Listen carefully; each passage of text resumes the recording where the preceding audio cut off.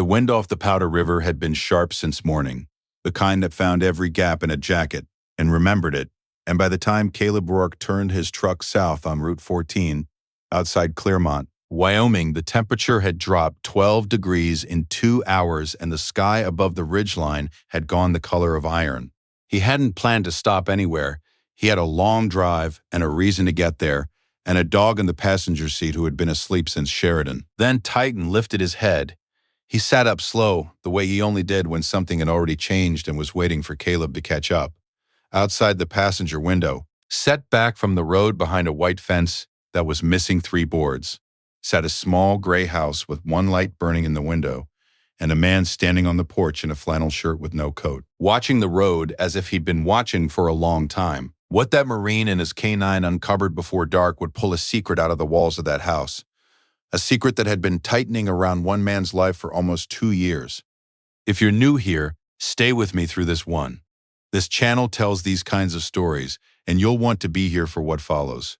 Caleb had joined the Marine Corps at 19 for the same reason a lot of men do. Because something at home was quieter than he could bear, and the military offered a noise that drowned it out. He'd grown up outside Gillette, the son of a woman who worked 2 jobs and a father who was between jobs so often that between became the job. He was not looking for purpose. He was looking for distance. What he found instead, on the far side of 2 deployments and a firefight outside Helmand Province that cost him 2 men he called brothers, was a weight he had not expected and couldn't put down. He'd been told by people who meant well that it would get lighter with time. What they meant, he eventually understood, was that you get stronger. The weight stays the same. He drove now because driving gave him something to do with his hands. He took route roads instead of highways because highways didn't ask anything of him, and on his worst days, being asked nothing felt like an accusation. Titan was a Belgian Malinois, 72 pounds, dark brown and black with one ear that had been torn at the tip in a training accident 3 years ago, and healed slightly wrong, giving him a permanent expression that strangers read as skeptical, and Caleb read as correct. He slept in the truck the way he slept at home, completely, without apology, in whatever position was available. He woke the same way, all at once, with purpose already formed. He was not a sentimental dog. He was a precise one. But on the nights when Caleb sat in the dark kitchen and didn't move for a long time, Titan would come from wherever he was sleeping and press his head against Caleb's knee and stay there without being told. Not performing comfort, simply refusing to let Caleb be alone with it. The man on the porch was named Eldon Marsh. He was 87 years old, and he had been born in that house, in a back bedroom that was now locked, and had been locked, he would later tell Caleb, since October. He was 5 feet 10 and had once been 5'11 and a half, and when he shook Caleb's hand, the grip was still firm from 80 years of using his hands for real work. He had run the Marsh Feed and Supply on Main Street in Clearmont from age 22 until age 79, when his knees made the concrete floors an argument he was losing. He had known every rancher in a 40-mile radius by name and grain preference and the particular stubbornness of their accounts. He had been the kind of man that small towns are built around, without ever knowing it. The person who stayed, who showed up, who could be counted on to have what you needed, or to know who did. His wife, Ruth, had made a specific pot of potato soup every Sunday for 51 years, and Eldon still set 2 bowls on the table every Sunday morning. Not from habit he hadn't noticed, but from a habit he had noticed and chose to keep because it was the only thing he had left of those Sunday mornings when the kitchen smelled like onion and bay leaf and Ruth was humming something she claimed she didn't know the name of. She had been gone for 3 years and 2 months. He had not called any of his 3 children to say so, not until a week after the funeral because he had not wanted to be told what to do about it. He had a daughter named Sandra who lived in Denver and called it Christmas. He had a son named Paul who lived in Billings and had not called in some time. And he had another son named Gary who had moved back to Clearmont 14 months ago, at first presenting it as concern and later revealing it as something else entirely. Eldon had not meant to be visible from the road. He had come out to check on the mailbox because Gary had told him the mail wasn't getting through and that Eldon was probably forgetting to take it in. And Eldon knew he had not forgotten anything of the kind, but also knew now the cost of saying so out loud. He was standing on the porch deciding whether to go back inside before the truck passed when it slowed and pulled into the gravel of the shoulder. Titan was out of the passenger side before Caleb had fully stopped. Not running, walking, with his nose moving and his shoulders dropped slightly forward. The posture of a dog who has already gathered more information than the human beside him. He went to the base of the porch steps and sat down. He did not look at Caleb. He looked at Eldon. Caleb got out. "Sorry to bother you," he said. "My dog wanted to stop." Eldon looked at the dog for a moment. Then he said, "He's welcome." "You look like you might be cold," Caleb said. Eldon straightened slightly. "I'm fine. Just getting the mail." Caleb looked at the mailbox, which was 20 feet behind him, between the porch and the truck, and which Eldon had not moved toward. He looked back at the old man. There was something in the way Eldon was standing, upright, contained, chin level, that Caleb recognized. It was the posture of a man who has decided not to ask for anything and is applying that decision with some effort. "I was about to have some coffee," Caleb said, which was not true. "I've got a thermos in the truck." Eldon started to say no. Then his eyes went to Titan, still sitting at the bottom of the steps, still watching him with that torn ear and that precise expression. Something moved across Eldon's face that was not quite decision and not quite surrender.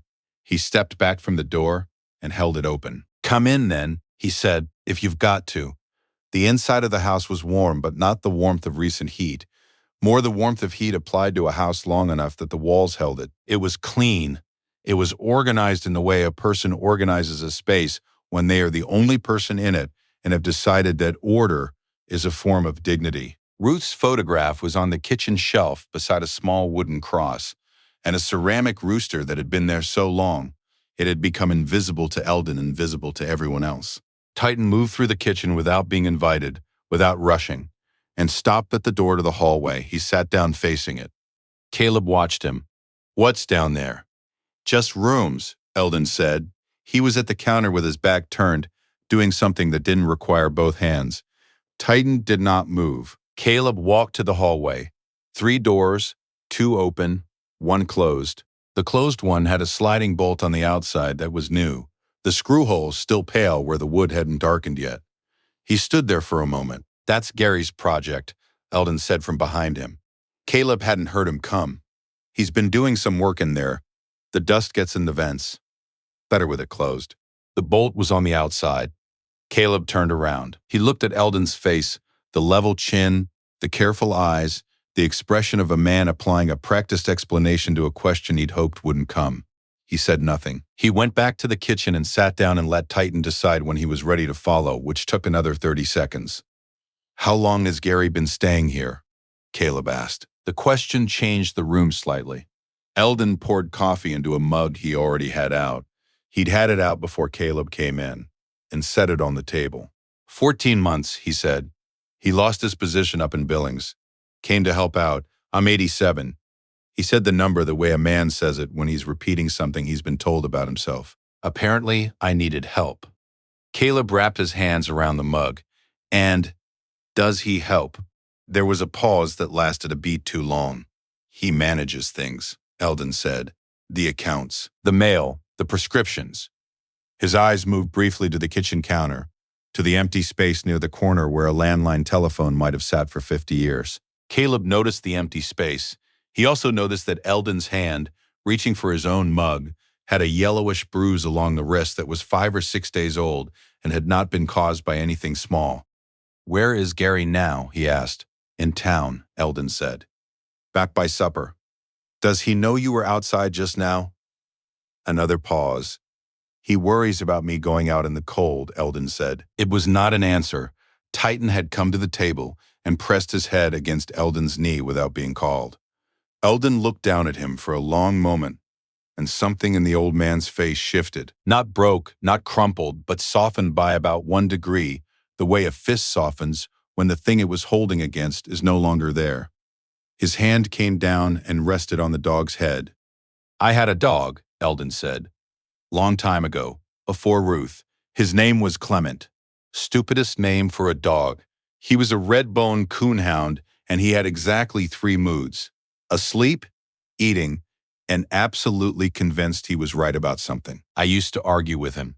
He stopped. "I miss arguing with him." He was quiet for a moment, the way he'd learned to be quiet. Not absence, but presence that doesn't crowd. I had a man in my unit, he said, named First Sergeant David Okafor, out of Huntsville, Alabama. He used to say that the thing that breaks people isn't the big thing, it's the accumulation of small decisions to not ask for help. He paused. He didn't make it back. I've been trying to understand that sentence ever since. Eldon looked at him for a long moment. What is it you think you understand now? He asked. That you didn't go to the mailbox today, Caleb said. The old man was quiet. Outside, the wind had picked up, and somewhere in the eaves, the house made a sound like a long exhale. Titan hadn't moved from Eldon's knee. He took the phone last week, Eldon said. He said it quietly, the way a man says something he's been carrying so long it's become ordinary. Just wait, not emergency. But in the room, it landed like a stone. He took the phone last week. Caleb sat with it. He did not react visibly, because visible reaction would make Eldon feel witnessed in a way that would cause him to stop. He simply nodded, once, and waited. What came out in the next hour slowly, with long pauses and several retreats and one moment when Eldon got up to stand at the window and look at nothing in particular before coming back, was this. Gary had arrived 14 months ago with 2 suitcases and a story about a job in Billings that had ended badly, and at first it had been, Eldon's word, manageable. He'd done some things around the house. He'd taken over the bills. Eldon had been grateful.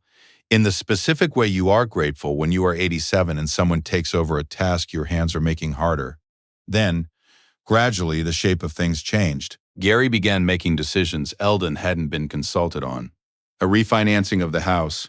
Gary said the rate was better. The paperwork needed signatures quickly. Eldon had signed. A change to the prescription delivery. Gary would handle it. Easier that way. The telephone, recently, it wasn't working right. Gary would get it fixed. The door in the hallway, the dust, the vents, and the question Eldon had stopped asking himself because the answer made it harder to get through the day. Whether any of it was true, whether any of the reasons were real. Whether Gary was helping him or managing him the way you manage something you intend to own.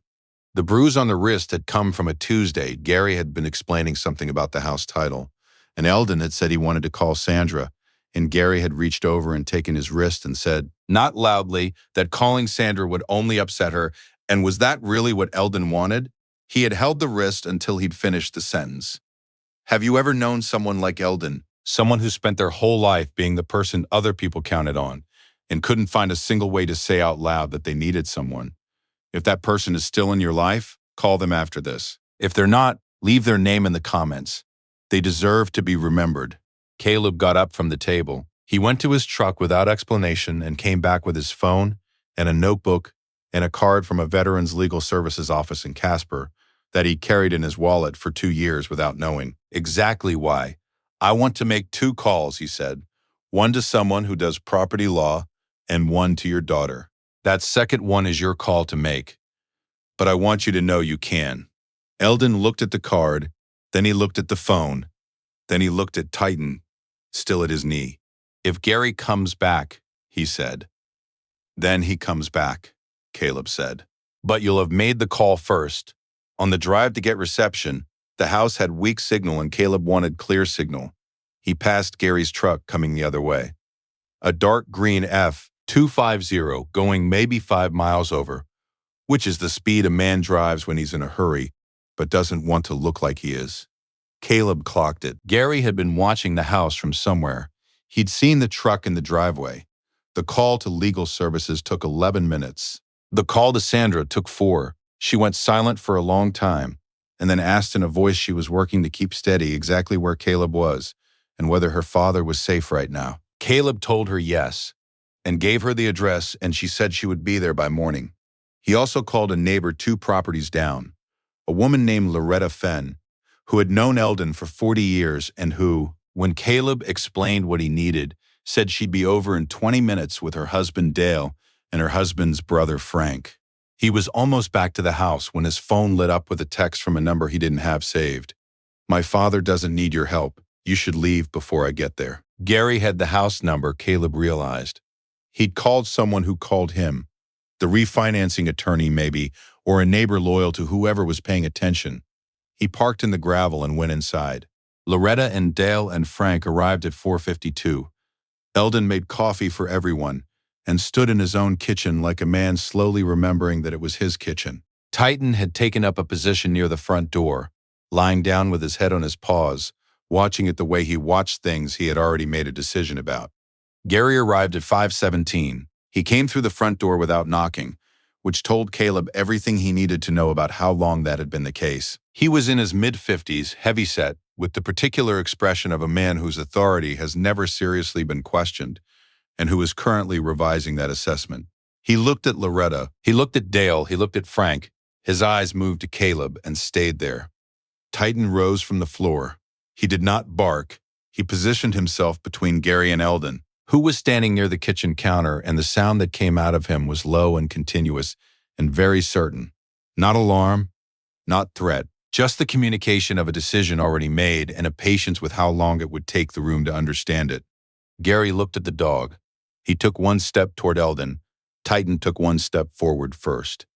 Gary stopped. "Who are you?" Gary said to Caleb with the inflection of a man whose decided tone is still a tool he can use. "I stopped to check on your father," Caleb said. He did not raise his voice. He had learned a long time ago that the quieter you were, the more a room leaned in, and he wanted this room leaning in. "My father is fine. He doesn't need... Don't call anyone. Please." It was Eldon. He had said it quietly, looking at Gary, not as a request, but as a repetition. It was the thing Gary said to him. It was the specific sentence, Caleb realized, that had been said enough times that Eldon now knew it by cadence, the way you know the sound of a door that's been closing on you for months. "Don't call anyone, please." No one in the room spoke. Titan did not move. Gary looked at his father. Something in his face changed.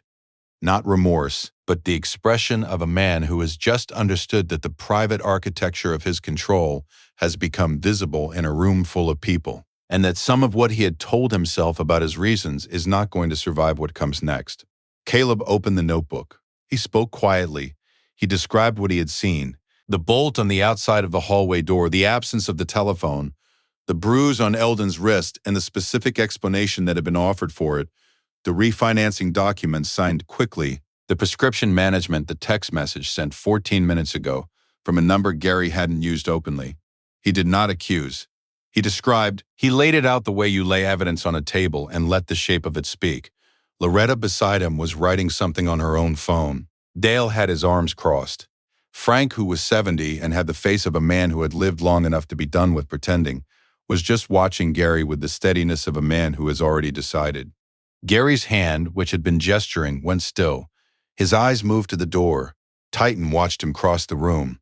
The dog did not follow. He tracked Gary to the threshold and stood until the door closed behind him. And then, only then, the growl stopped. He walked back to Eldon and sat down. "Good dog," Eldon said softly.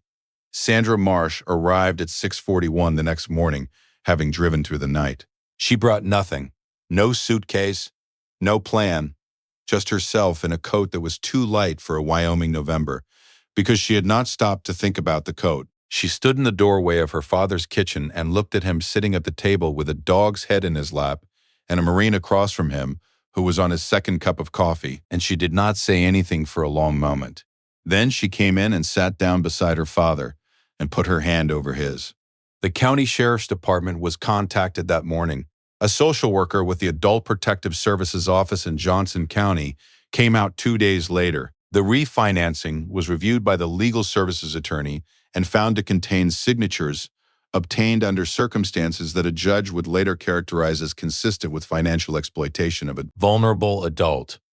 Gary left Clearmont. The property question was still being resolved, but Eldon remained in the house that he had been born in, with Sandra staying through December, and with Loretta Fenn checking in on Tuesday and Thursday mornings.